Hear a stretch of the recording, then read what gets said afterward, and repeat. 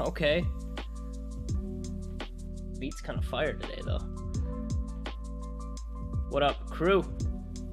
Welcome to Agency Therapy. Stoked you're here. Gotta drop the link real quick in the Instagram. Sorry, I'm like probably 2 minutes behind today. So just rushing to get all of it done. Oh, crap. That's not what we wanted.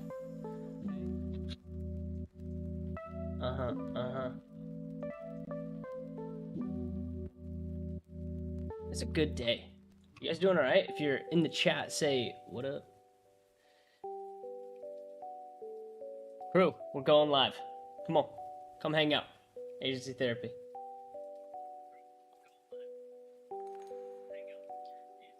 Yeah.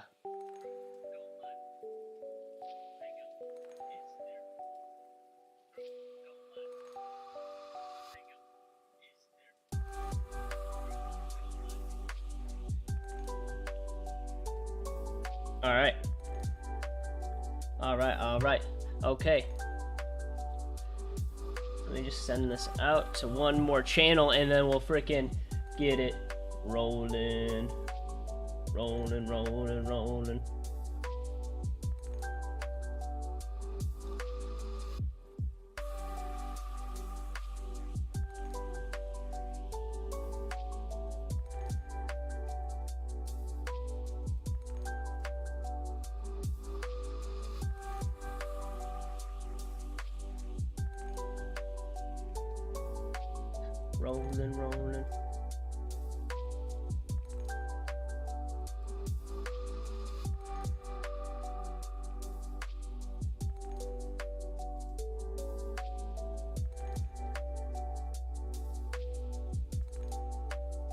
All right, we're freaking ready.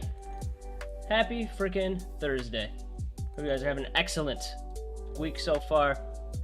It's been a great week over here. As always, Thursdays are content days. I got the vlog done today. The vlog's good, guys. The vlog is good this week. Let me tell you, and it's not just 3 minutes. It'll probably cross the 6-minute mark. I'm not even gonna lie. What are we chatting about today? This is the real question. What are we chatting about? Gotta pull up my notes.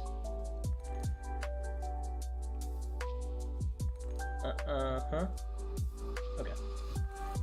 I'm ready. I'm prepared now. Sorry. So, we got multiple things we have to chat about today.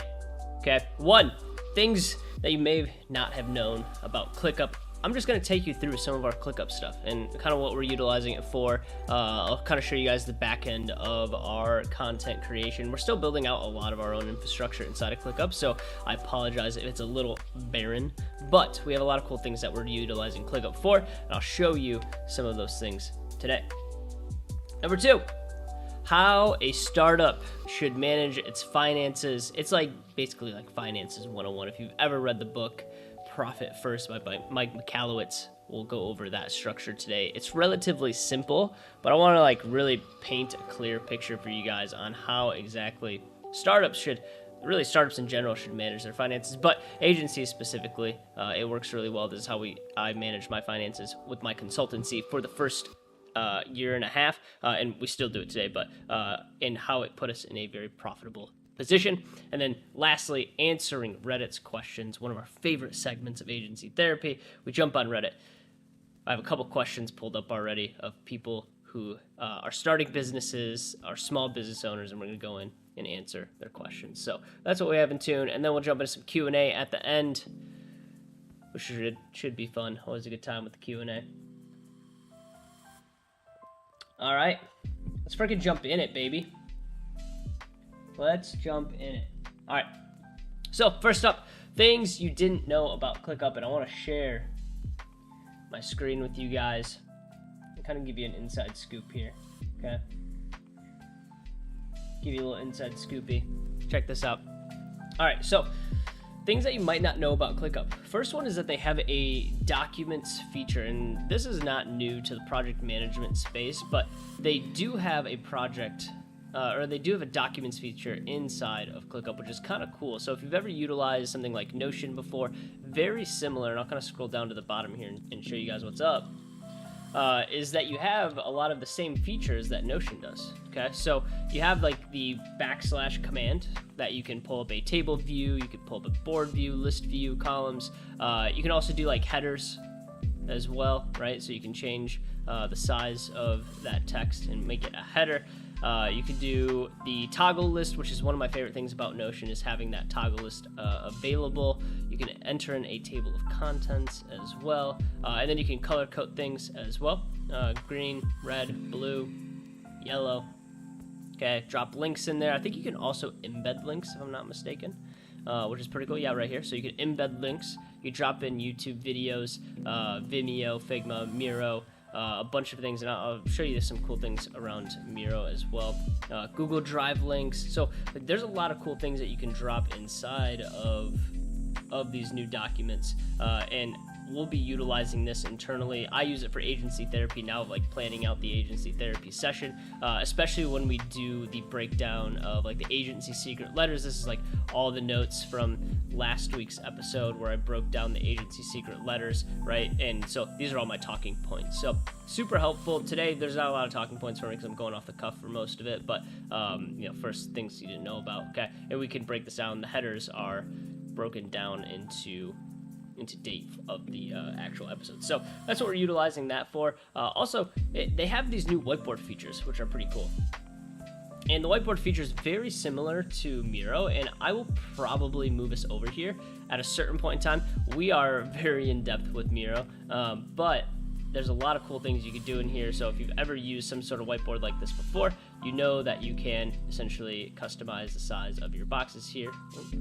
You can customize the size of your boxes and be able to kind of plug things in here, which is kind of fun. You can build cool system flows. So if you're like trying to map out some of your SOPs, sweet, you can map it out. And this could be step 1, and then this can be step 2, right?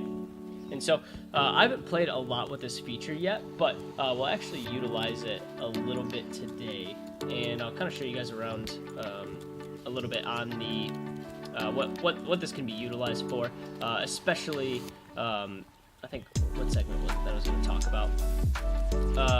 On managing finances, and we'll break some of that stuff down today. So I'll show you a little bit of that, but kind of a cool feature. It's not, in my opinion, it's not as in-depth as Miro, so I'm really debating if we want to come over here or not. You do have the ability to draw in here as well, which is kind of cool. So maybe this is a cool feature for just kind of showing clients different things, or like really, I think what we'll probably do in here is utilize this client-facing more than company-facing, just because we utilize Miro so much. But you never know. You never know. Plug pictures in there, website cards. They have a lot of different templates you can utilize as well. So a lot of cool features in there. Sticky notes. My biggest thing is, can I change the size? And it looks like I can. I can change the size and kind of what these look like. But the one thing I don't necessarily... Okay, cool. So you can customize it if you want it like a rectangular shape or not. You can customize the color, which is great, and the text that's inside of here. So a lot of the same things that Miro can do, and I think this is a cool feature. I'm curious to see how they will continue to make it different. The one thing that I wish it had is a little bit of more horizontal versatility instead of it just being like a vertical map, right? Making it more of a horizontal map as well, right? And like you could fit it to screen here. I don't really know how to zoom in and out though.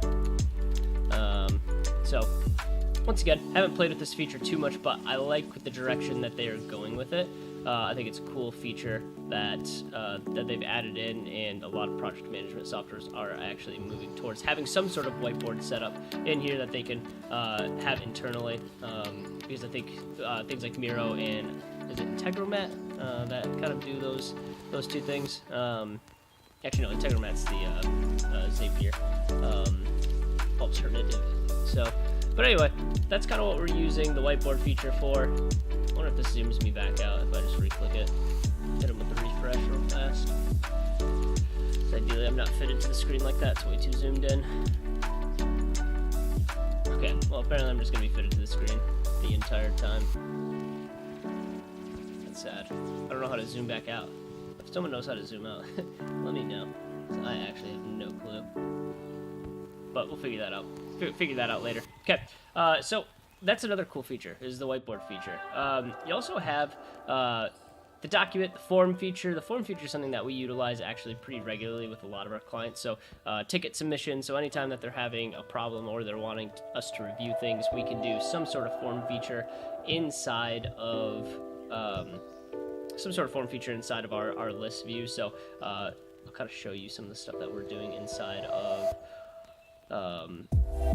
these lists here. So this is all brand new for us, so there's not going to be a ton populated in here currently, but we have the monthly check-in as part of our form, and then we just have them attached to the P&L in the month. But for other things, we have a client success space that kind of breaks things into client touch points, and then we do all of our onboarding, offboarding through this as well. There's satisfaction surveys that we're going to start rolling out to clients. So a lot of cool things inside of that as well. And then there is also inside of the client ticket submission, we have the ticket submission form, which is one of my favorite features that we've kind of rolled out to a lot of our clients, is having the ability to submit, say they want us to review a sales call, they want us to review their sales deck, maybe they want us to take a look at a system that they built out. They can request certain things in here, which is kind of cool, and they can drop files, they can enter in links and any other details that they might have, their agency name, and then it'll drop in here. It'll flag one of us to let us know, hey, ticket has been submitted. So it's a pretty cool feature. We utilize it on a weekly basis, but the forms are a lifesaver. And once again, a lot of project management softwares have this, but if you didn't know, ClickUp didn't have it, or did have it, now you know. Cool. Let's keep plugging away here. Some other things that you might not know about ClickUp is that they have an internal chat feature. Now, this is something that we're not rolling out with just because we like Slack a ton, and we will probably stay on Slack as a communication form.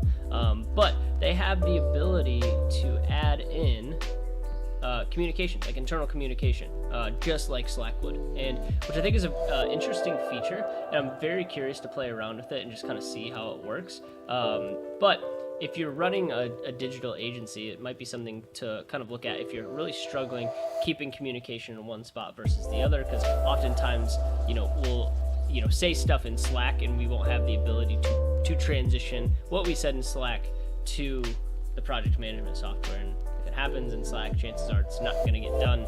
So we want to transfer that over, but they're kind of taking that away as far as the pain point of being able to communicate in Slack. So I really enjoy that aspect of this, is that, hey, like, you can do that if you want to. I haven't set one up yet, but I know you can do internal communication inside of Slack, which is kind of cool. And the last thing that we're doing is dashboards. Dashboards is kind of a newer feature inside of ClickUp, I believe, but I really like these dashboard features because this is what we will be showing client-facing with for our clients. So this will be a client-facing dashboard where they can review pretty much anything that we talked about, right? So we can come in here and we have like this cool like little logo at the top here that they can take a look at. That's pretty much the only thing, but just a little customization, a little branding in there. We have our Slack hours, communication standards, meeting requests, important links that they might need to know. That ticket submission form we can embed actually inside of their dashboard, so they can come here and simply just click on this. All of our previous call notes will also be inside of this dashboard, which is kind of nice. So anything that we talked about, whether that was how much revenue they generated, starting different parts of projects, or whatever it is, whatever we're consulting on with that client, we can drop inside of the call notes, which is kind of nice. And lastly, we have our fireflies here, which is when we do our meetings, we have something that comes in, automatically records the meeting for us. It's a cool AI feature. We dropped that in here as well, so they can come back and they can just click on this, and then they can listen to the audio or see the full transcript from that meeting and be able to pull notes out of that. Conan, what's up, dude? Good to see you, man. Hope you're doing well. So another really cool feature of this is, like, this is all we have to show our clients, and they get full access to everything inside of here. So this is something that we've been building out over the last 30 days, and probably have another 10 to 15 days to go on it. But it's a cool add-on for our Hydra clients that are in our Hydra program. And then we have all the impact items that we help set for them for that month. I'm trying to think if there's anything else specifically that you need to know. I mean, that's the thing, is like we haven't been on the platform for a very long time, so we're still playing around, we're still learning the space, and as we continue to learn the space and learn more about ClickUp, we're going to be sharing a lot of our touch points. Am I muted? Okay, I'm not muted. Let's go. So we're going to be sharing a lot of the I thought I was muted. So I'm going to be sharing a lot of the takeaways from what we're doing on ClickUp on our YouTube channel. I was told I need to lower the background music. Okay, done. Boom. Easy. Okay, so a lot of the ClickUp takeaways that we're going to be getting will happen over the next few months. We're going to show you what we're doing client facing. We're also going to start creating templates for all of our clients for their project management software. So everything will be transferable. That's also a big reason that we switch over to ClickUp and be able to actually like show you exactly how we would run it inside of the agency. Everything from, you know, really basic CRMs to, you know, for starting agencies to, you know, managing creative, managing ad buyers, all of that we will plug into ClickUp. We'll have templates and we'll make them transferable to clients, and we might make them public facing as well. We'll kind of see where it goes, but we've got a lot of cool things going on inside of ClickUp. ClickUp has just been updating the crap out of their platform, and they're just bringing so many great features. So definitely check out ClickUp if you guys haven't yet. I mean, I'm not really sponsored by them. We are actually creating some content for ClickUp in their organic efforts. So you'll probably see me a little bit, maybe, on their platforms, depending on how the initial launch goes. So, but anyway, that's ClickUp. Those are some of the things that you might not know about ClickUp. So check it out if you haven't yet. And here's the thing about project management softwares, and this is the last little piece that I'll kind of say about it, is that not every ClickUp isn't necessarily for everyone, right? You might not need ClickUp. You might be rocking in Asana, or you might be rocking inside of Monday.com or one of the other project management softwares. It's not a huge difference going from one software to the other. All of them have great features. It's just, for us, it made a lot of sense. It seems like the agency space, about 60% of the agency space is gravitating towards ClickUp. And so for us, like, if 60% of the space is there, we need to be able to adapt and adopt. We were very Monday oriented over the last few years. And so we moved off of Monday because we saw the big shift happening in the space over to ClickUp. And it has the ability to transfer templates, which Monday did not. So that's why we shifted over to ClickUp. So that's our little ClickUp deep dive today. We'll do more ClickUp deep dives as we continue to build out some of these things. So just wanted to share a little bit with you guys on that. All right, next up on the list. Conan, what's good, man? You're being awfully quiet today. Hope you're doing well, brother. Let's chat. Sorry, I gotta pull my notes back up.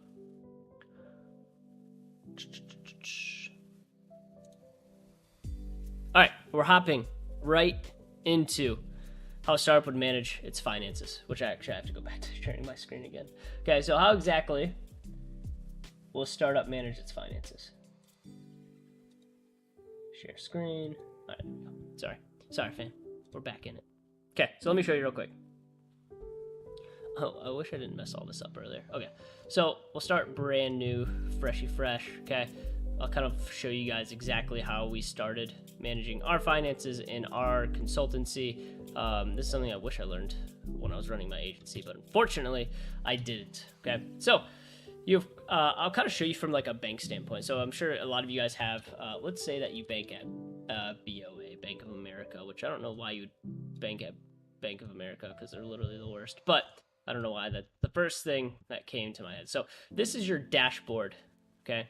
This is your dashboard when it comes to, like, when you log into your bank and you see all of the finances, all of that stuff, right? Okay, so BOA at the top, this is your bank, okay? And normal, traditional agencies, businesses, they're like, okay, cool. We have account 1.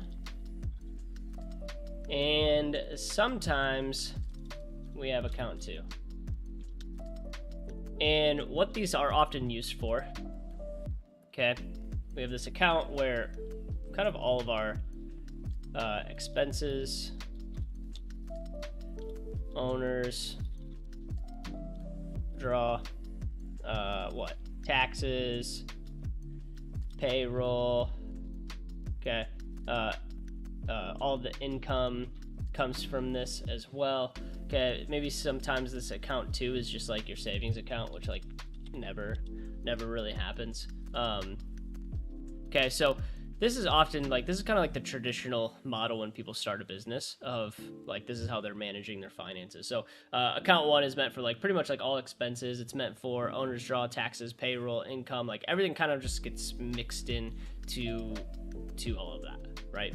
And then maybe you have a second account that's rolled into savings of like, hey, like, you know, we want to have a savings account. That seems like a good idea to save some money as a business. Okay, so this is traditional right here. And this is often what we see in the agency space, how people manage their finances. Okay, I'm going to teach you guys a new way, a more efficient way, a better way. Okay, and this is the profit first method. If you guys aren't familiar with it, check it out.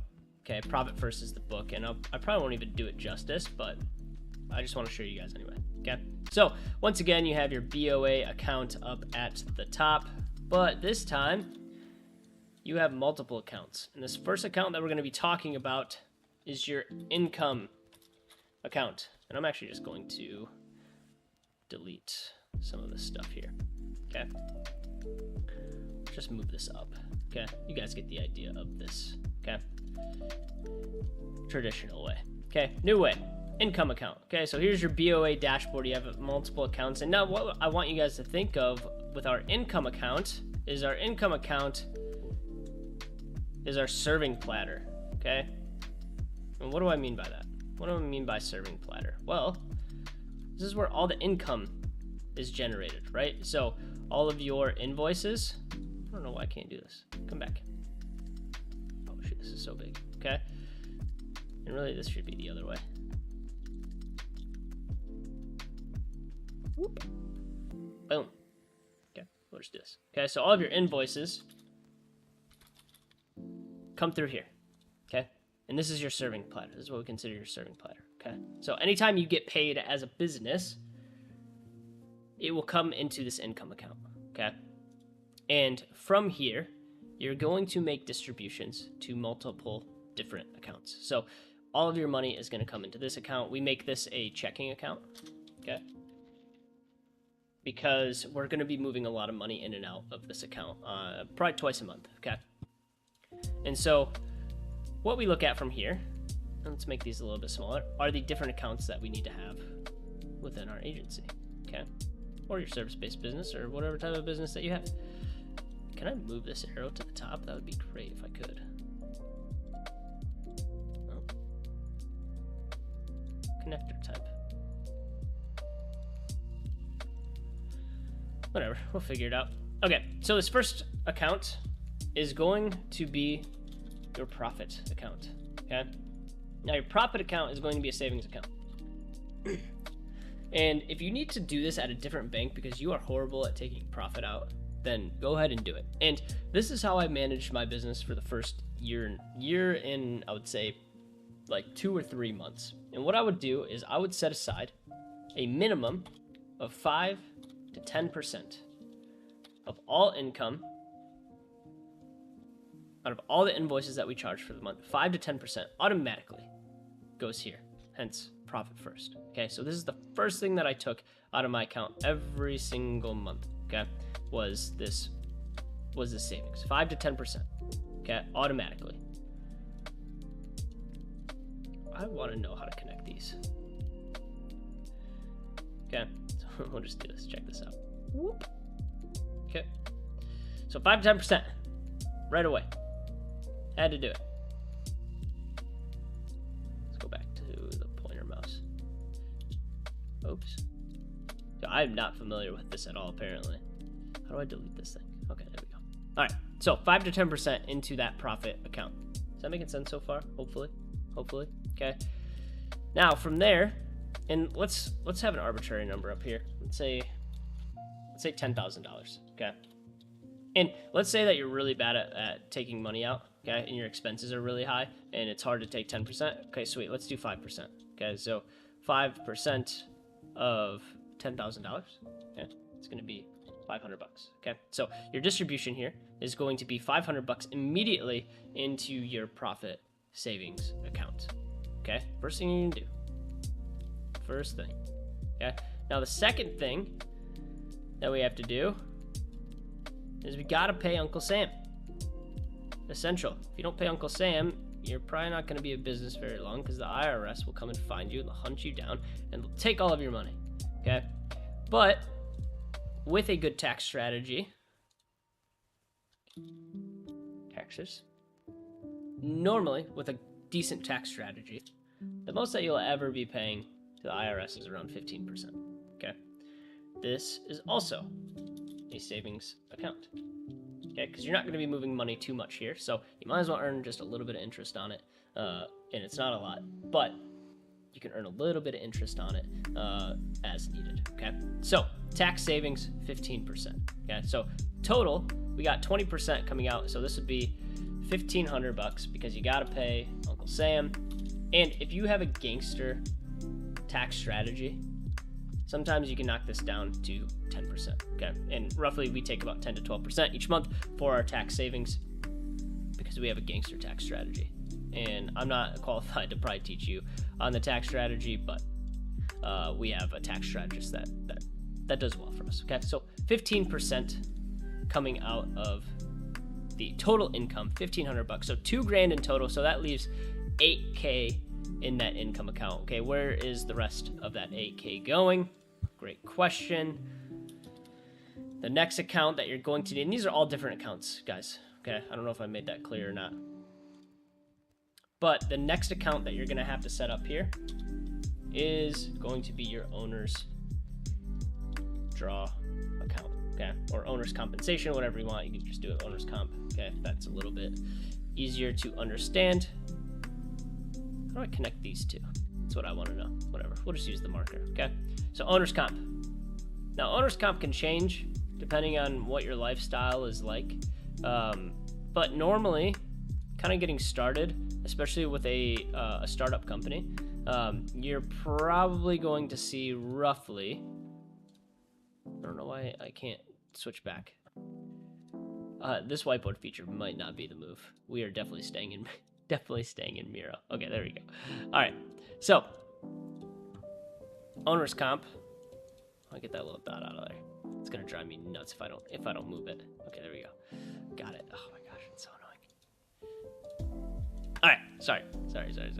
Okay, so owner's comp sometimes can change, and it will change as you grow, and we won't go into that today because I want to keep it relatively basic and simple. But owner's comp, you're looking at roughly like 40 to 50% of your total income. Because if you think about it, like 50% of 10K per month is not a whole lot of money to live off of, right? So roughly 5K per month. Okay, so let's just say 50%, and this is what the Profit First book will actually tell you, is that you start with 50% owner's comp. And if you're a smaller business, this does make sense. As you grow, it should not be 50%. So if you're $1 million company, no, you don't do 50%. That would be outrageous. I mean, you could if you really wanted to, but if you're trying to grow, you will shift some things around. You'll shift actually probably more towards your profit account. And then the last account, which we'll talk about, which is OPEX or operating expenses, you'll shift more to that because you don't need to take as much as an owner. But when you're only generating 10K per month, chances are like this is just you. It's a lifestyle business and you have to be able to support yourself and be able to pay for a lot. So we'll say 50%. That way you have the cushion that you need and that you can actually utilize this. If you can lower it, great. If you're getting super scrappy, awesome. Love that for you. But this is where I started. I did about a 50% comp, and this is actually what I still take. I take roughly $5,000 per month out as an owner's comp, whether that's through a salary or a owner's draw straight from the business. So 50%, $5,000, and that's what you have to live off of. Okay, and that is going to be in my opinion, this one here is an optional account. We actually do not utilize this one. This is what the book teaches, but we actually don't utilize this in our business. But I will show you what we do utilize, which is our OPEX account, okay? And I run a majority of our business out of this operating expense account. Okay. So OPEX, short for operating expense. Okay. And by the way, guys, the owner's comp account is a checking account. You'll be taking money out of there at least multiple times per month. Okay. And then this OPEX account is going to be checking as well, because chances are you're going to have a lot of transactions happen through this account as well. So you'll want this to be a checking account. Okay. So we have 50%, we got 15, and we got 5. So 70% in total, which gives us 30% to operate off of. Oops. 30% to operate off of. Okay. And this 30% will leave how much? $3,000. Okay. So you got $3,000 to operate off your business. So freelancers, contractors, softwares for your business, whatever it might be, you'll have that 30%. Now, once again, this is startup. I know some of you might be looking at me like, Josh, this is crazy. I can't run my business off $3,000. Well, if you're alone, chances are you can do this, okay? And it is doable to run your business off $3,000, okay? But this is like I said, this is startup land 101. So chances are you'll run your business off of this as well, okay? So hopefully that makes sense. So $3,000, $5,000, $1,500, $500, okay? Is that making sense? Give me a little thumbs up in the chat if this is making a ton of sense, okay? And this is basically where we get started with business finance. And it's relatively simple, and we make these distributions every single month, actually twice a month. So we do this on the 1st and the 15th of every month, or you can do it on like the 15th and 30th if you want to. Doesn't really matter. But remember, profit comes first, okay? So we always take this out first. We always take profit first. And the traditional way of financing is that we normally pay for our expenses first, right? Not with this model. We pay for our profit first, and then we save for taxes because we have to pay Uncle Sam. And then we pay ourselves as the business owner, and whatever's left over is what you get for operating expenses, okay? And if you can take less owner's comp, great. Go ahead and do that, and you can have more for operating expenses, okay? So this is the profit first methodology, and it works extremely well. We were able to stack roughly around $30,000 in cash within our first year and a half of business, simply by utilizing this model. And utilizing this model, one, gives us such a big buffer for future, for just one, like if we hit like a tough time, right? So we have a good padding if we need it, but also it will help us expand a lot faster. So now we have this nice war chest that we can go and deploy on things, and what we're deploying it on is paid ads currently, because when you're doing the paid ads route, you gotta have cash in order to deploy it. Minimum at least $100 a day that you should be, spending on paid ads if you're going to go that route, because you just won't get enough traction with $25-50 a day from my experience. Okay, so I think we're spending upwards of like $200, $250 a day currently on paid ads. So we have enough money, and we were able to do this simply because we use this profit first methodology. Now, we actually save a little bit more in the profit savings. We're up to 10% now. We do about 10 to 12% in tax savings. Owner's comp is definitely not 50%. I wish it was. It'd be fantastic if it was. But owner's comp is lower than 50%. And then operating is probably, for us, it's probably roughly around 50% of our total bills for the month. Okay. But we're always stacking cash on top. And really, we're more profitable than this, but we actually reinvest back into the company, of course. And so we could be taking more profit if we wanted to, but we're reinvesting back in the business, like things like paid ads, hiring a media buyer, all of that good stuff. And you can actually do a lot of expansion through this profit first methodology, and just putting aside 5% every month. And you'd be surprised where you're at the end of the year if you utilize this model. Super simple, super easy, but you do need to set up 1, 2, 3, 4, and 5 different bank accounts. Once again, you have 3 checking accounts, 2 savings accounts. Okay, so profit account, you're not touching this at all. Okay, this profit account, what we'll do is we'll pay some profit share out of this account quarterly, but we'll also utilize this for growth activities. Okay, And it's not for like, oh shoot, like we got in a pinch, we need to take money out, okay? We do not touch this profit account unless it's for one of two things, a growth initiative or for some sort of distribution to the team, okay? And taxes, once again, we make our quarterly distribution, so we try to empty that out quarterly, and anything left over based on our tax strategy, we put back into the profit account, or maybe we'll add it to the operating expense account.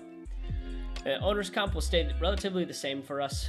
It's not at 50% anymore, but if you're just getting started, it's a good place to start, okay? And lastly, operating expenses, if you're just getting started, roughly around 30%. And that's it.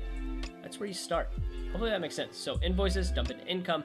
Income is the serving platter that dumps into profit, taxes, owner's comp, and operating expenses. So hopefully that's helpful. Hopefully you guys learned a little bit from that and that little breakdown there. If you guys have questions on it, we can always answer some questions. So feel free to drop those in the chat, or we can wait until we jump into the old Discord channel. Chat is quiet today. Extra quiet. If you're hanging, let me know. Would like to know that you're here. Just come chill. Say what's up. There's a few people in here today. All right, let's move forward. Let's check the notes here. I will not be using this feature, by the way. I just don't think it's very good. Miro is 10 times better, so we'll stay on Miro. Okay, answering Reddit's questions, everybody's favorite segment. And we've only done this segment one time, so maybe it's not everyone's favorite segment, but I enjoy it. Jumping on Reddit and getting some small business questions. Yeah, yeet. All right, so first question right off the bat: what is the best accounting software suitable for small business? A deli, okay, in the UK. So he elaborated a little bit more. We'll be doing admin for a UK-based deli that will have one shop plus online ordering and retail. Going to need some decent accounting software to help me do the books. Through there will be an accountant doing tax returns, yada yada. There are so many options. Yeah, dude, I would just use QuickBooks. I feel like that's relatively simple. I don't know. I don't even know other accounting softwares. Is that bad? QuickBooks, comment. That's it. It's just QuickBooks, period. I truly do not know any other accounting softwares. I don't know if, does QuickBooks, Intuit, do they just have a monopoly on that? Let's see what other people are saying. Xero. I feel like I've heard of that. Wave Apps. QuickBooks, yeah. Boom, that's it, QuickBooks. Easy. Question 1, already done. How easy was that? All right.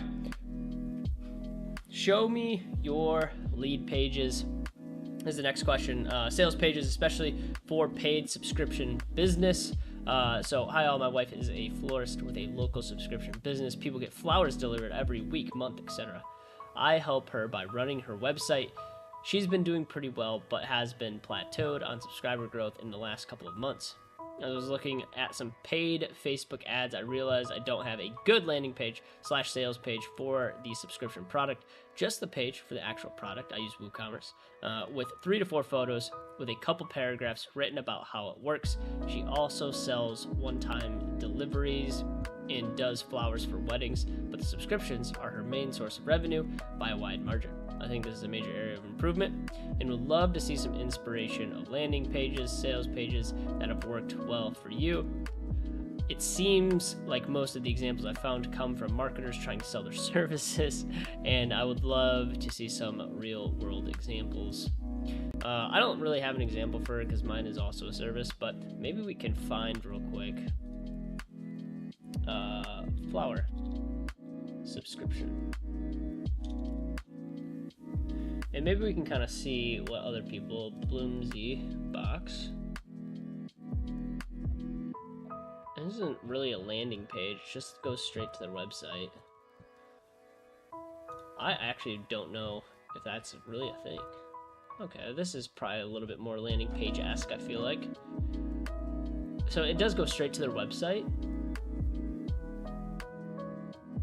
I don't know if he necessarily needs a landing page. That's the thing. Okay, so I'm just gonna link him with this. Oh shit, hit me with that. Hit me with that. Save 10 to 25% pop-up. Damn, these people know what they're doing. All right, so let's drop him this. I don't know if you necessarily need a LP, but just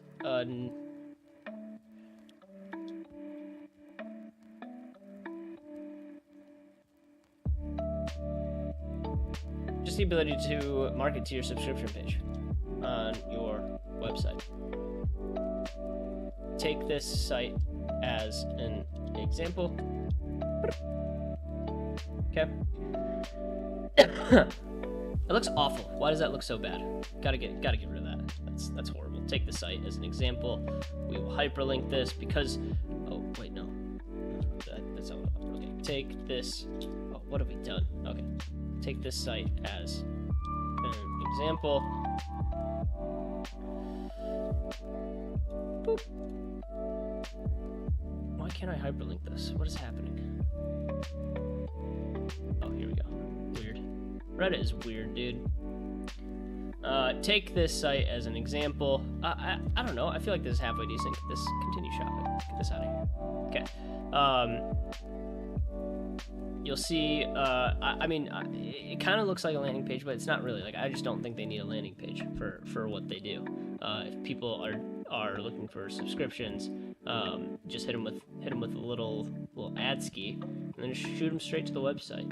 I don't know. I could be completely wrong on this, and correct me if you guys feel like there's a better way. But like, this is what I would do. Like, I don't know if a landing page is necessary. It's not like that's the thing. Is like landing pages were really meant for like services, and not always true. But I just don't know if it's necessary. If they have a subscription page already, like run traffic to that subscription page. Someone give me some tips here, if you got any. But how it works, like I love this section of like how it works. Choose your plan, all that good stuff. So, where did this one go? Let's elaborate a little bit more for them, and then we will move on to the next one. Okay, so take that site as an example. The layout explains exactly how the subscription works.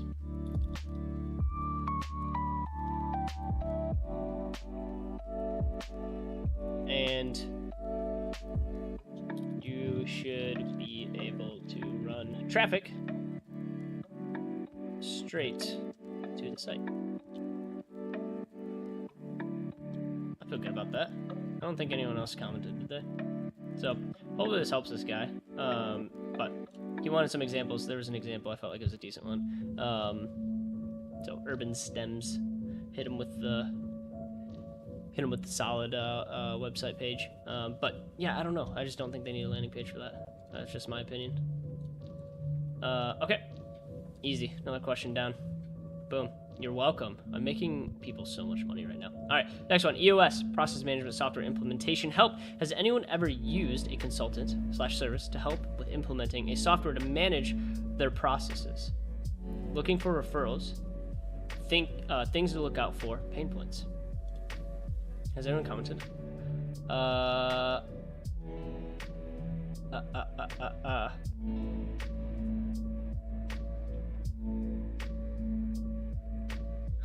That's funny. Some of the comments there. Okay, so hi there. Ops consultant here. Okay, implementation, software implementation. One, it does depend. And did they say if they were a service-based business?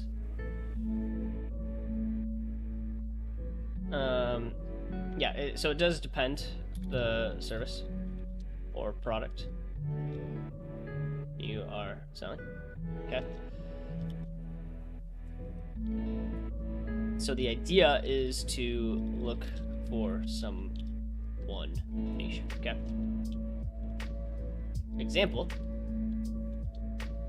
I work on ops with strictly digital agencies. Okay. So if you're ever looking for ops help, like I would try to find someone that's extremely niche. Otherwise, I think there's going to be a really big disconnect for what they're looking for and what they can actually do. Because I don't know, I think it's so hard to be like a general ops consultant, which I guess like a lot of service-based businesses do run the same. But I would rather have someone that's niche and understands what I've done, or maybe they have experience with my specific niche.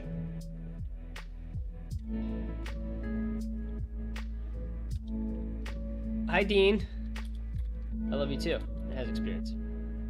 Okay, so that's what I would look for. Number one. I don't know if there's a. I don't know why I numbered this. I don't even know if there's a number two. Oh yes, for other things to look out for, pain points, looking for referrals. Yeah, so yeah, we need to know what their business is first. Two other pain points. Man, it's really just this. To be honest, I don't think I need to elaborate anymore.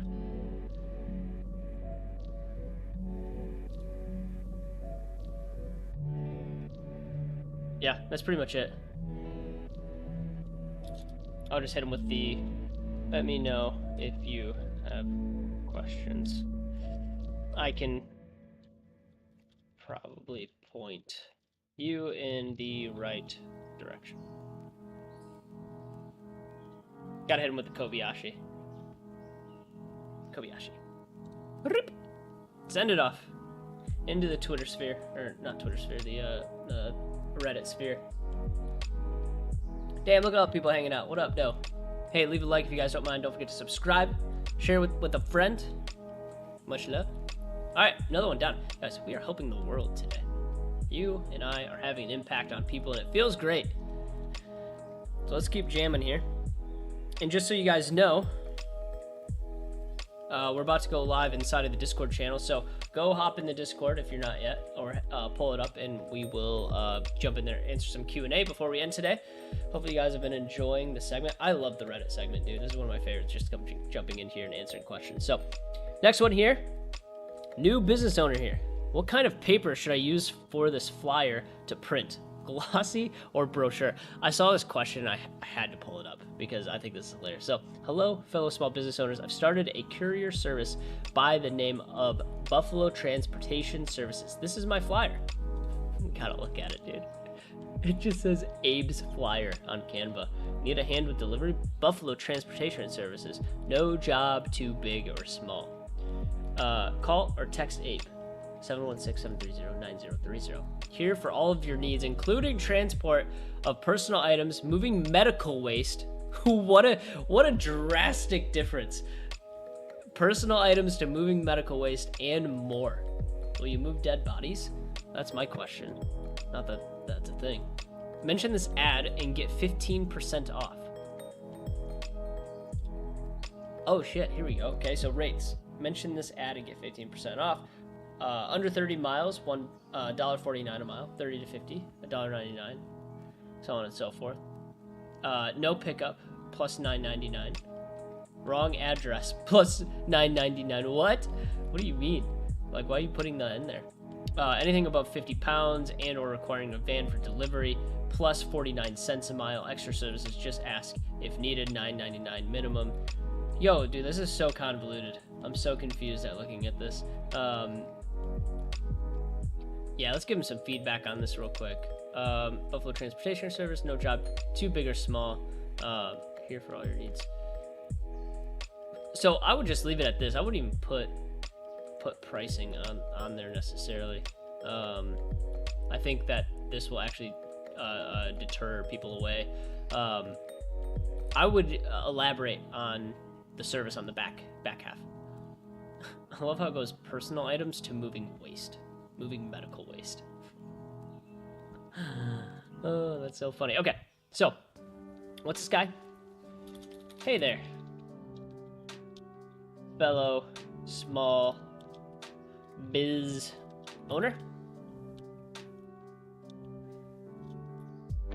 I looked at your flyer and think you're off to a great start.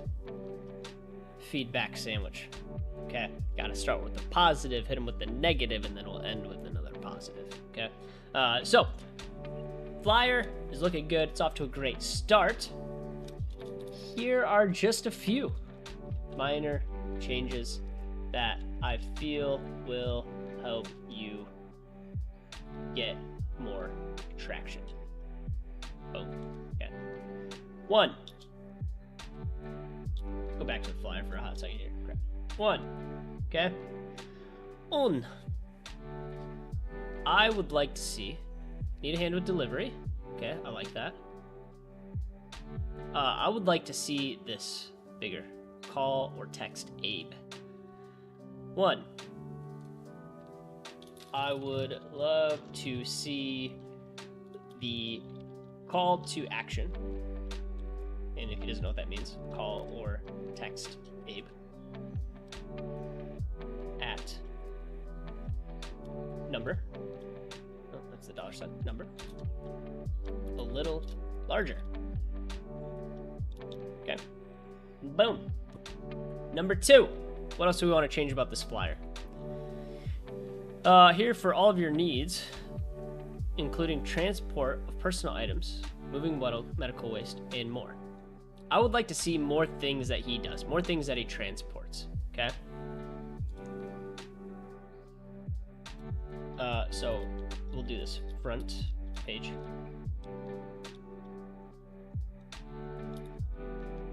Front page. Okay. What did I say that I want to change?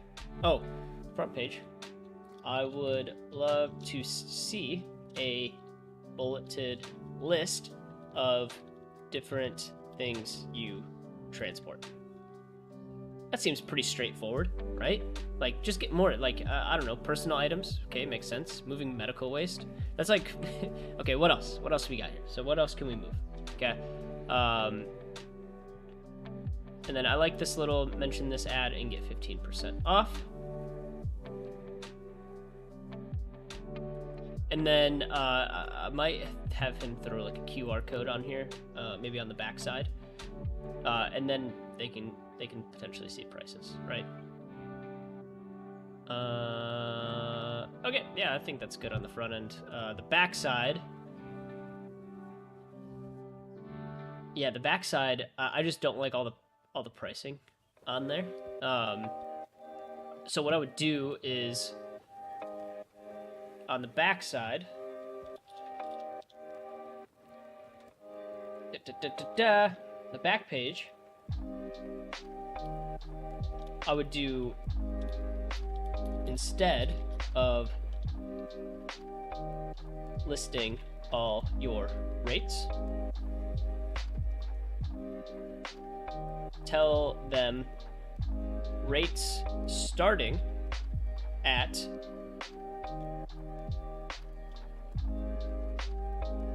blank per mile. Okay. And then that will attract them in. And on the back page as well, call for another call to action, another call to action, call for a custom quote. Boom. You need to be able to sell them. You can't just like hope that they figure it out and call you.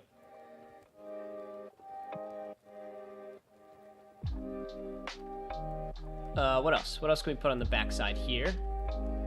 And then maybe a QR code, and then back page. Maybe use a QR code generator to plug your website or testimonials. Testimonial page if he doesn't have a website. I'm assuming it's relatively new, so maybe he doesn't have a website.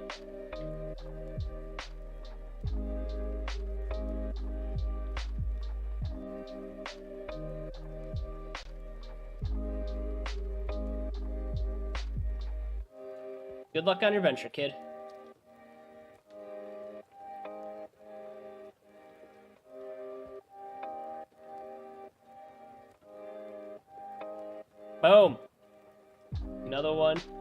Done. Kobayashi. Why can't I spell my name? Kobayashi. Comment. Just helping. Just out here lending a helping hand, you know? Alright. Abe, good luck with this flyer. Hopefully that helps you land some business. Alright. Need help with the small business valuation. Anyone have any experience with that? Long and short is that I work for a small service consulting business with 2 owners at 50-50. I am the only full-time employee. One of the 50% owners is wanting out, and I have offered to buy his half of the company. A very niche type service company, so it's very difficult to compare to other companies who have sold all or portion. Additionally, we do not have an office or very many pieces of equipment, so the assets we have are very limited. I have a good idea of our gross income dating back to 2019, but other than my yearly pay and the 2 owners taking a small amount here and there, we do not have a ton of expenses. How would I even begin to try to evaluate this company? To make one owner an offer, I'm completely new with this and don't know where to begin. I've contracted several valuation companies and they are charging anywhere between $4,000 and $8,000, which I'm trying to avoid paying. Any help would be appreciated. I will answer any questions to help. Let's see what other people are saying here. Make an offer, I'd lowball it, but that's just me. You do you. See how he responds. I'd say you have at least a gut feeling for what the worth of the company is. Huh, interesting. Yeah, multiple earnings, right? So this guy down here, valuations are usually a multiple of earnings, and multiple depends on the industry and size of the business. So for example, McDonald's franchise might sell for 8x times earnings. So if they earn $100K per year, that's valued at $800,000. However, most small businesses have a multiple about 2 to 4 times earnings. That's your approximate starting point. Just one thing to remember, and this is what I would probably get into, is to remember is that small businesses, there is a difference between owner earnings and EBITDA. For example, the owner pays themselves $50K per year, then that would make EBITDA lower by $50K. You would add that back with other certain expenses for the owner earnings and then use the owner earnings when calculating the valuation. Yeah, so this is a tough question to answer because there's just no context at all, and I think it'll be hard for us to drill down. But what I will do is I will leave him. What is the freaking book that I'm reading? That has to do with business valuations. I gotta find it. Hold on.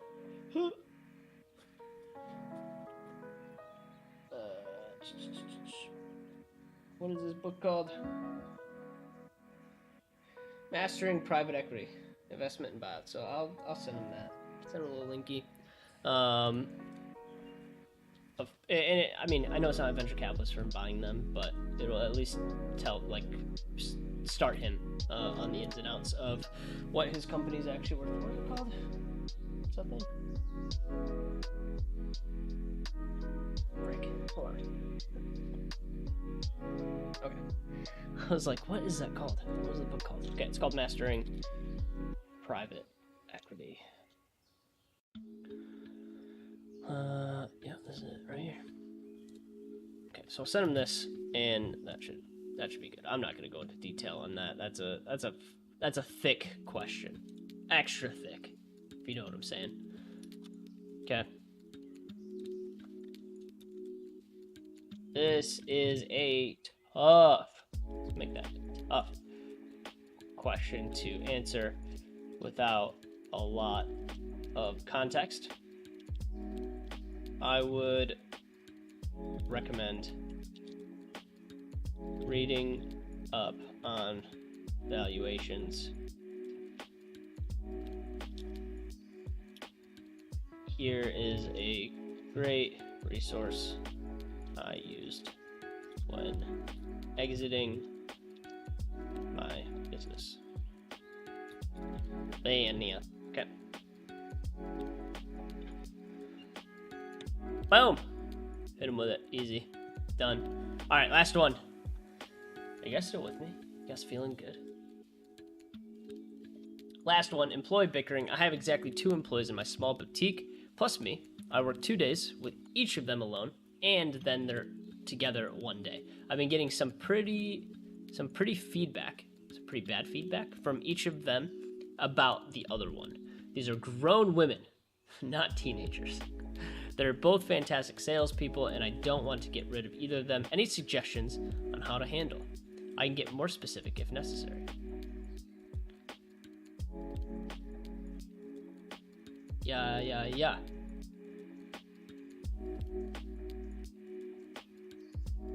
Right. Yeah. Okay. Team building book. That's funny. So yeah, I'll plug her with a book too. But a couple things. Man, like, so one, there's a few things to unpack here.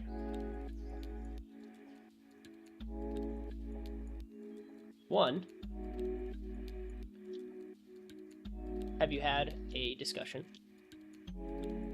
with them together in the same room? Figure out where the beef is.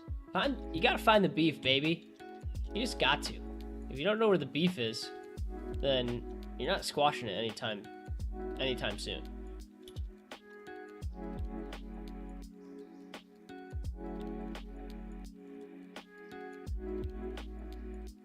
Two, what does your leadership training look like? Ooh, because chances are she's not doing one, okay? So she's got to have some sort of leadership training in there. So what does your leadership training look like, okay? If you don't have one, if you don't have any training to follow, here are a few resources to start getting your team aligned and communicating better. Okay, so first one. Okay, what are we gonna play them with? Oh, what? No, I hate that. Okay, this is my biggest pet peeve on bulleted lists sometimes, is when they don't have the feature where it goes from like 1 to A. Like it goes 1 to 1 like this. Ooh, man, it's like a huge pet peeve, so I gotta do this instead. Okay, so here is the list that I'm going to give them. So let's give them how to win friends, influence people. Is this? What is this? Where's the regular book? Is this it? No, this is a workbook. Wait, what? Oh. All departments, how to win friends, Dale Carnegie. Yeah, just do this, I think. Oh, weird. Why does it look like this? Did they do like a new book cover? I'm used to like this red one down here. Not even this one, and not even that one. This is... Okay, we'll just plug in with this one. Because this is... Yeah, they must put like a new cover on it. Hardcover? Weird. We'll hit them with the paperback. Okay, here we go. This is the one I was like, what in the world? This is the one that I'm normally looking for. Okay, so how to win friends and influence. Get that out of there. Influence people. Okay, so this will be the first one that I link her with. We'll link it. Okay. Second book.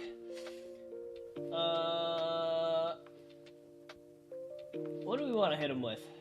Probably 5 levels of leadership. I feel like that's a good start. What else we got up here? 21 irrefutable laws of leadership. That's also a good one. I think 5 levels is a little bit better though. Or maybe 10 laws of trust. That's also good. Power of positive team. Damn, there's so many good ones. I feel like we want to give them small ones, not big ones. So power of positive team it is. Also a great book, Power of a Positive Team by John Gordon, The King. John Gordon. Okay, this is the second book. Sure, you can get it as an audiobook if you want. Let's hit her with the hardcover. No. That way she can have a physical book as well. Power of a positive team.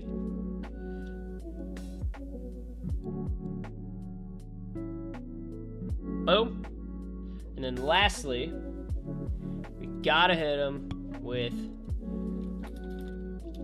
the Craig Groeschel Leadership Podcast. It's one of my favorites. Craig Groeschel Leadership Podcast.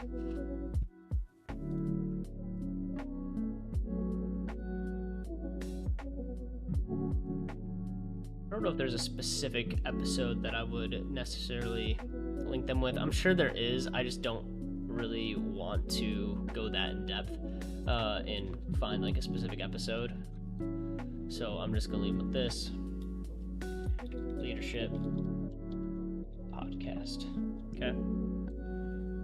Ooh, wait for what I'm about to hit this person with. At the end of the day, you know it's gonna be good when you start with at the end of the day. At the end of the day, it starts at the top. AKA you. Work with your team and make them better leaders. You don't need to be in a leadership position.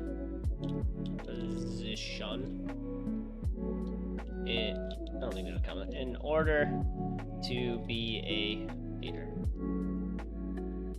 Hope this helps. Hit him with the Kobayashi. Feels freaking good. Last one. All right, beautiful. Hope you guys like that little segment there, answering questions on the small business Reddit. Always have a good time doing those. Those are fun. If you guys want to jump over into the Discord channel, we will open that up right now, and we can have some chitty chatties over there. Oh, there we go. Move. Come hang out. Say what's up. If you guys have questions, Q&A, we'll go ahead and hit them there. If not, that's totally okay. We can end a little early if we need to. Therapy, Q, and A. You'd love to see it. All right, so if you guys aren't in the Discord channel, you can hop over there. We'll give it a few minutes here, and if nobody has questions, then we will end early. If you guys have other topics for agency therapy that you'd love to see me cover, or if you find really good questions in the small business Reddit or whatever it is, I would love to hear about those, and I would love to get your recommendations on different styles of content that we can have in here, and all that good stuff. So wait, oh, Daniel's here. What's up, Daniel?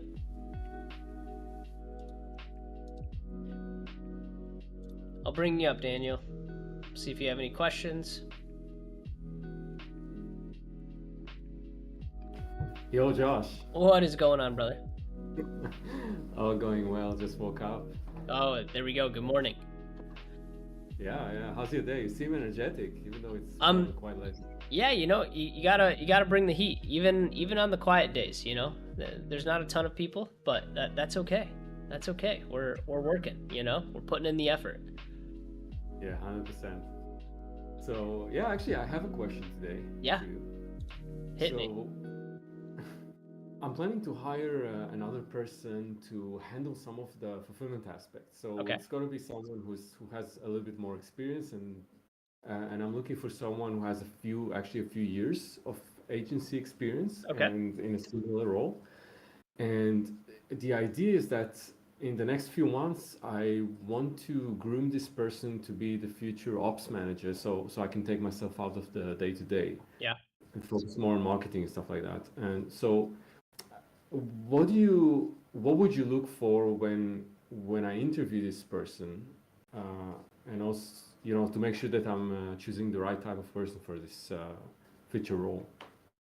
Yeah, I mean, obviously there needs to be the technical ability, right? In order to make sure that they can actually fulfill the role. So if you're looking for someone with a little bit more experience that you don't necessarily have to train up, you should test them on their technical ability, and maybe there's a 90-day probationary period where they come in and you can see them in action. The other thing is being able to see if they're a cultural fit. Those are like the two main things that you're kind of looking for when it comes to new employees. Like, hey, are they a good culture fit, and are they a good like technical fit? And you could do some pre-screening on the technical side. You can throw quizzes at them. You can do a bunch of different things that will allow you to be able to screen if they have the technical ability to actually run email campaigns like you would, right? And so with that being said, that would be the first thing, right? So test their technical ability before you bring them on.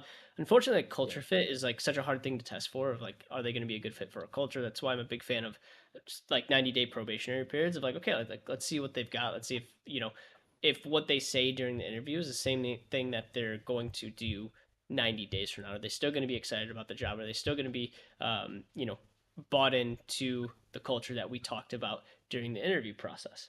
And so those are the two things that oftentimes we'll do within our interview process. If you really want to get into the depths of it a little bit more, you can do like personality testing as well, which sometimes will help with specific type of people that you're looking for that position. And oftentimes these personality tests will actually have personas that you can build out in order to make sure that you're getting someone that is going to be a good fit for the position. Some people like doing it that way. We used to do it in our agency, and it helped us build personas around things like media buyers, creatives, and we would search for people within that persona that matched extremely close to that persona. So we were getting people that were consistently the type of people that we wanted for a creative position or for a paid ads position. So a lot of different options there.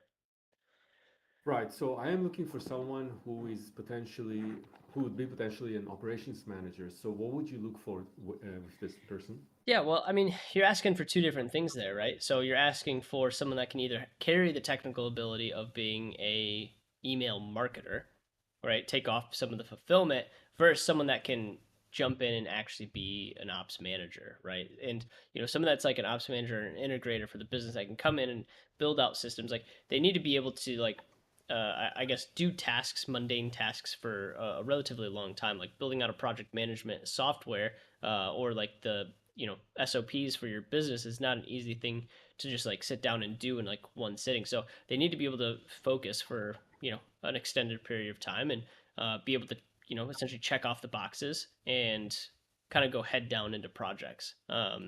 Whereas in someone that's just an email marketer might not check all of those boxes. So at the end of the day, it's like you're kind of asking for two different things when it comes to hiring someone that's going to take fulfillment off your plate versus hiring an ops manager, which you can groom that person into an ops manager eventually. But really, what you're looking to do right off the bat is, get some of that fulfillment off of your plate. And normally, like, you truly don't need an ops manager until I don't know, until you're a little bit larger. I would say roughly that $1 million run rate is a good time to bring on someone to help smooth out some of the operations. I was brought on really early in my company as like an ops manager, but I never did anything operationally focused until we reached $1 million. Like I was given the COO position just because my best friend ran the agency, and he was like, "Yeah, like I need a COO," and I was like, "Okay, cool. I don't even know what that means, but I'm gonna jump in and and do my best, right?" And when I came on board, I just did fulfillment, right? So I fulfilled on some of our services for the agency, and then what happened is as we continued to grow, as we crossed that $1 million run rate, that's when I really started to do more ops focused things, right? And so if you have that idea that you want that person to become an ops manager, then you might need to train them up in it. Or when you get to a larger part of your business, then you need to just hire that person separately, right? As specifically like a COO or an ops manager. Right. Maybe the definition is a little bit different because I am looking for someone who will basically manage the team Mm-hmm. on a Yeah, day-to-day basis. sure. What would that leave you to do? Marketing and sales mostly. Marketing and sales. Gotcha. Okay. Um, yeah, I mean, so in my opinion, as the founder of the business, like you should still be like part of the management of the team.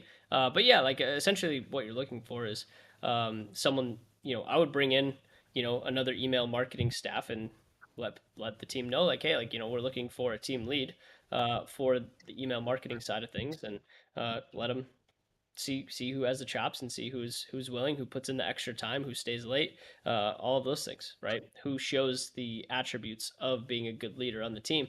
I don't necessarily think you need to be looking for an ops manager though. Right, right. So it's more of a team lead. Now, how would you prepare them for becoming a team lead later on? Yeah, great question. I mean, like I said, oftentimes the team leads will kind of present themselves to you. It's not something where, like, in my opinion, like a good team leader is someone that always just takes the initiative, right? So I'm looking for someone that does the extra, goes the extra mile for the team, doesn't complain, falls in line with all of the core values of the business, and will do the extra every single day, right? And is very consistent on doing those things. And so that's what I'd be looking for. Someone that acts very similar to how I do about the business. And not that people are going to be putting more effort in than me, uh, but it should be relatively close. Like they're putting in a ton of effort and doing a lot for the business. Did you have such employees that you kind of needed to motivate them somehow for that, or it just came naturally for No, it them? just came naturally, right? And so as they step into leadership, that's another part of like a leadership position like that, is that they just start, editing the business itself. They start doing a lot of the things themselves that is going to help grow the business without even being asked, right? And so Yeah, those are the people that are really great to have inside of your business. And part of that is having a really big vision for your company and what you want to do, and sharing that with the team, because then they get excited, they want to take initiative, and then they go and build things out by themselves, yeah, that makes sense. right? Did you say naturally start editing the business? Yeah, exactly. Yeah, they come in, make iterations, they build different SOPs. They have, maybe they have different email structures than you do, and they're like, hey, like I would like to, to have iterations to this email flow, and this is why I think it's gonna work better. And it's like, essentially, what you're looking for is teammates to step up and do things better, even do them better than even you would, right? And that's the whole Yeah, idea behind building a team, is like, if you want to build a large scale team, the people on the team have to be better than you at that position, yeah, totally, totally right? makes sense. Yeah, yeah, Helpful? cool. Yeah, super helpful. Thanks so Cool. much. Yeah, man, of course, of course. Any other questions? No, I think it's just the two of us, Well, let's right? go. We got Rusty down there. Rusty, what's good, man? I don't know if you have questions. I'll invite you up to speak, and if not, no worries. We're just chilling. Hello, can you Yo, hear me? yeah, we can hear you, man. What's up? Trying to put this thing on speaker. I can barely hear you guys. Um, okay. Are you good, man? Take Yeah, your time. yeah. So I don't know if you saw my comment. Basically the only issue I'm kind of facing right now is just I just got like permanently restricted from advertising on Facebook for no reason, Okay. and I'm just trying to find solutions to that. I just did a lot of research into it, and you know, if you have any experience with that or any help, something Yeah. I really. So, like, how far are you in? Like, are you pretty new into the Facebook ads journey? No, I've actually used to do ecom Okay. uh, for about like a year or two when everybody was doing drop shipping, and I spent over like 20K Okay. back then. And then recently, I decided to start my agency for real estate realtors. Okay. Gotcha. And So right, helping get leads for real estate agents. yeah, so I mean, I already have people wanting to work with us. Just I just need to be able to advertise them. So Yeah, I mean, I'm not 100, like I'm not a technical media buyer. Maybe someone in the chat can help answer that at some point. But I mean, a couple different things. One, obviously, reach out to the Facebook support, which I'm sure you already have, which probably is extremely helpful, especially if you don't have like a Facebook rep that represents your ad account. And normally, you're not getting those until you have a little bit more spend under your belt. Um, and then the other thing, you might just have to navigate into a new ad account, and set up a new one. Well, I mean, the thing is that they kind of like, you know how you get restricted and there's a request button for Uh-huh. review? Yep. Um, Literally for no reason, I would just keep getting reinstated after my review, like a few times. Uh-huh. And then recently, like they put like they said it's the final time, like their final decision, and they just don't have that review button anymore. Huh. Yeah, that's And wild. it's weird because they reinstated it, and then randomly a couple of days later, or maybe a week later too, it would get restricted again for no reason. Sure. I wouldn't even run ads or nothing, not even start anything. Yeah. Yeah, I Um, mean, I would potentially look at if you can't get it reinstated, keep trying to get it reinstated, but look at potentially setting up a new account. It might be your best option. I did a lot of research, and people are saying like you gotta create like a new FB account, but it has to be aged, a few years Yeah. old, or you gotta have like a new account with your middle name or without it, and things like that, and different IP, things like that, and Yeah. use your friends' families. Yeah, luckily, I mean, unluckily for you, but a lot of us, have been in the industry for a while, so um, it's one of those things where the leniency back in the day was a lot more, and when you have enough experience, when you have enough spend on an account, it's like normally they're not going to ban you. So yeah, man, I would look at potentially setting up a new account. I don't have a ton of experience on the media buying side of things. Like I had a team that used to do all the media buying for us, and we had an account representative that anytime we would go through a ban or anything like that, like we literally had their numbers. We just call them straight up, and they would get it fixed for us pretty quickly because we were spending so much money. So um, Yeah. yeah, man, that's Um. that's a tough situation. I'm sorry, I don't think I can necessarily help. With that, if you have friends in the Facebook world that have representatives, a lot of times you can plug them, or they can plug you in with that representative, and they can help you get that ad account unbanned. So if you have friends in the media buying world that are doing a little bit larger spends, sometimes you can tap into their Facebook representative and have them help you get unbanned. Yeah. Do you have any experience with like sending, you know, support to their email? Do you know if they even respond to that? Yeah, I mean, it's very hit or miss from our experience. Like I said, we were very early on in the Facebook side of things, and we spent pretty high dollar amounts, so we never really had problems with it because we had that rep, and we pretty much always had a rep. So with that being said, it is tough, especially if you don't have one.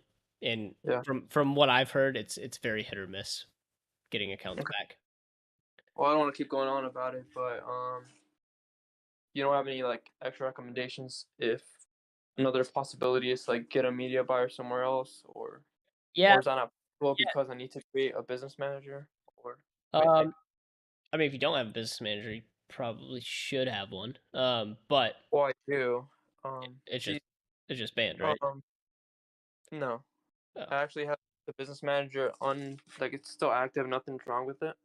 It's just my personal, like, FB account, yeah, and restricted from advertising. But I don't know if I can add people on it. I'd have to check on that. gotcha, gotcha. But I, I'm just thinking of like even changing the name of the business, and just so it's not associated, and don't want to really risk anything. So Sure, sure. Yeah, I mean, you might have to yeah, change some things around. Maybe get some more experienced ad buyers that you know of in the industry to just pick their brain and be like, hey, this is where I'm at. Um, do you have any connects that could help me get unbanned, or any alternate routes that we could take in order to make sure that we don't get banned in the future. So yeah, man, I wish I was a little bit more experienced on the media buying side. It's just for me, like I did a lot of the operations of the business, building a lot of the SOPs, all that good stuff, while the team ran a lot of the media buying. So Yeah, well, I appreciate the help. of course, man, of course. Figure it out. So, Any other questions? uh, no, I don't believe so. All right, man. Where are you from? I'm in Florida. Florida. Nice, man. First time on agency therapy. Have you been here before? I think I've been following you on Instagram for a long time. Okay, And dope, dude. joined your Discord. I don't remember when, but saw your notification and Yeah, decided to join. let's go, man. Well, I appreciate you coming. Hopefully you get unbanned, and hopefully we can help you with some some other agency hurdles Yes. that revolve around scaling. So, You scale? Just scale? what's that? What exactly do you guys do? So I mean, I used to run an agency. I used to be a chief operating officer for a digital agency here in Nashville. But we built that up to about a multi seven figure agency and sold it back in 2020. And now I just do consulting for digital marketing agencies. So yeah, that's what I do full time now. And I just run this agency therapy Discord and the YouTube channel. And yeah, just give out free So you, free you do consulting for unsolicited advice. So. you do consulting for agencies? I do. Yeah. Yep. So we have a couple different programs that we run for digital marketing agencies, helping them get started, scale, all that good stuff, lead generation, sales, fulfillment, customer experience, all that good stuff. So kind of like a one-stop shop for growing an agency. Yeah. Um, what are the like best case scenarios you think people have grown, like revenue wise, in a smaller time frame? Yeah, man. I mean, it's all over the place. Like one of our really good lead gen agencies that has grown exponentially was when they started with us was roughly around that 40K mark, and they're doing over 100 and 110K. It's all different, right? It really is dependent on the niche. It's dependent on the owners. Yeah. Like some people have the chops to really scale an agency, and unfortunately, some other people don't. It really depends the time and effort that you put into the agency. Like you have to be ruthless when getting Yeah. it off the ground because dude, you're going to take a lot of losses right at the beginning. You're going to lose a lot of clients because your service fulfillment isn't where it needs to be quite yet. You're still learning the ropes of running an agency. Yeah. It's a frustrating business to get started, but if you can like stick with it for like 2 to 3 years, you will really see a lot of fruit from the effort that you put in. So I mean, my biggest recommendation to you is just keep going, man. Like if this is truly what you want to do, like if you're chasing money, you probably won't win, to be honest. But like if the idea is to help your clients and the idea is to See back. yeah, yeah, and lean it back on the team as well. Of like, hey, like we want to build an awesome team and do great things and provide people opportunity. It's like, dude, it's such a good vehicle to provide opportunity to other people.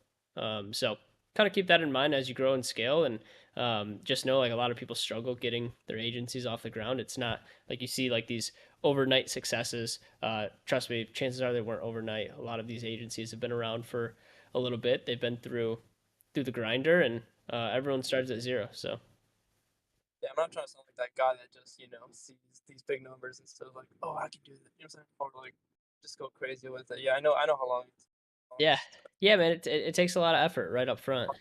So you have to have some grit and the ability to kind of move fast. So just stay nimble and try not to spend all of the agency revenue on stupid shit like stack cash away. Do things smart and like do like eventually like you'll get the cool stuff, right? That's kind of how it works. No, I'm not just trying to ask you like as an immature type of dude. I'm just trying to see good ballpark of like what the real possibilities are. Oh, And bro, honestly, the possibilities are crazy, man. I mean, we've got agencies that are doing $1 million months, so it's like you have a ton of opportunity um, in the agency space. Like sky is the limit. You can yeah. build a very large agency and a very successful agency, but just know it's not easy. Are you working with any people doing TikTok right now? Of TikTok, course, yes, of course, yep, plenty. Most of the people that you're are doing TikTok though, they have multiple services that they run. They don't just run TikTok. They run Facebook ads, Google. they'll have more owned audience type marketing efforts like email and SMS. They'll do creative, so it is a mixed bag. But normally, it's not TikTok as a standalone service. It's just one of multiple services. Do you recommend that? Is there a reason behind that? Um, it's a good question. I feel like it's a little bit uncharted territories in the real estate niche of like lead generation. Yeah. So I mean, you could be a very early adopter. If you crack it, you will probably do very well. Whereas in Facebook, it's like, dude, like Facebook ads have been around forever for like real estate agents. A couple of my really good buddies run Facebook ads for real estate agents. But like, dude, like here's the thing: is like Yeah. TikTok gets a ton of attention. There's a good marketplace for it. There's definitely opportunity there. I just haven't seen many people gravitate there yet. So if you could figure it out, man, Yeah. you would probably So have I'm a trying to figure that out great opportunity at hand. because I know that a lot of these old realtors, they're not that, you know, synced in or comfortable with Sure. TikTok, and that requires like probably user generated content, and for Yep. realtors a little bit Yep. tough. Exactly. Yeah, man. Um, There would be a lot of hurdles to jump there. I mean, it would be a very new marketplace um, for real estate agents. So, but man, like if you could crack it, I think it could do well for you.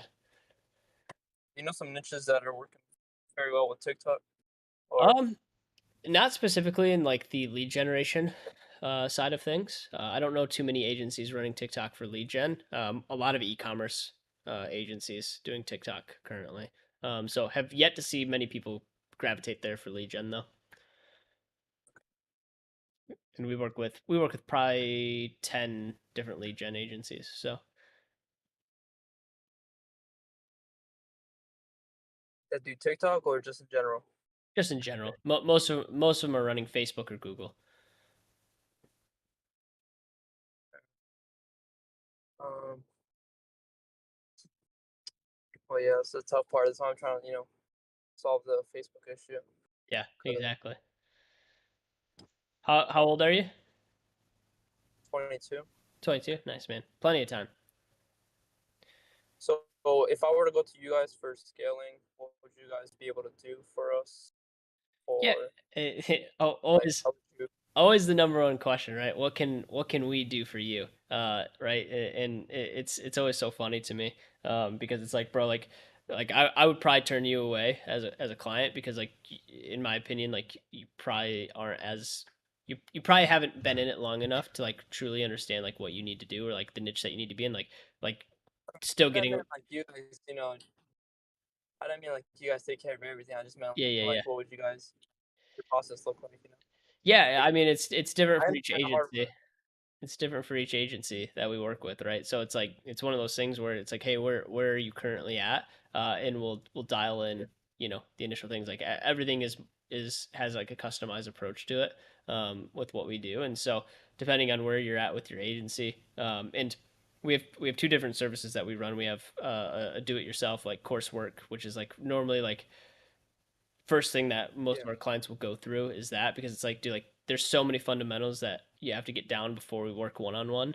Because like one on one, it's like we're working on normally larger things. Like normally our one on one service is like 40K per month plus of like the people that we work with. Like you have to be generating that much in order to jump in our one on one. But yeah, man, like you have to understand your marketplace. You have to understand your niche. Kind of like your zone of genius of like, okay, what are we actually good at marketing? What services do we actually run for these real estate agents? How are we helping them?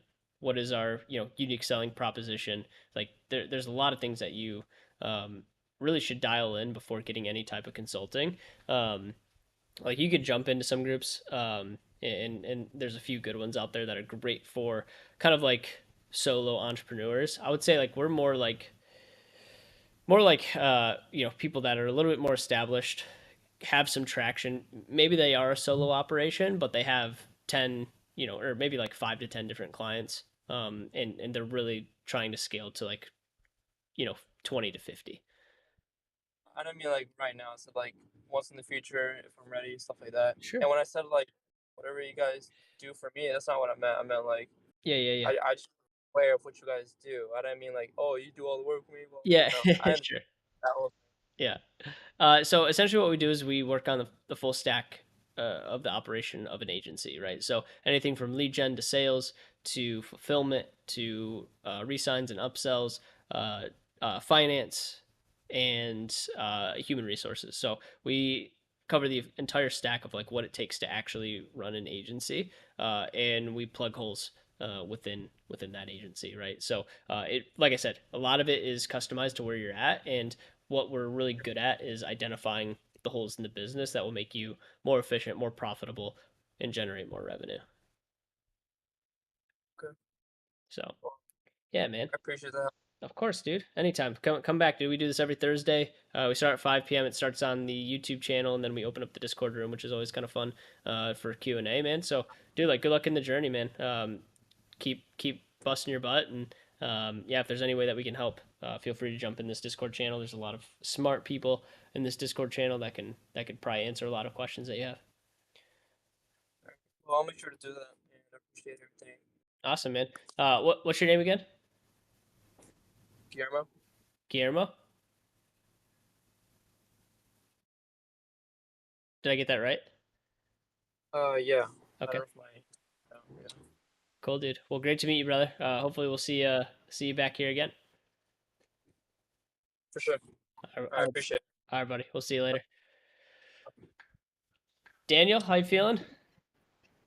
Yeah, oh, good. You actually you mentioned something about unique value proposition, and that is something that I'm struggling with because the market for email for ecom is pretty saturated at this Sure, point. So saying something even amazing as, you know, I get 40% increase revenue to my clients, everyone says that now. sure. So how would you find the USP?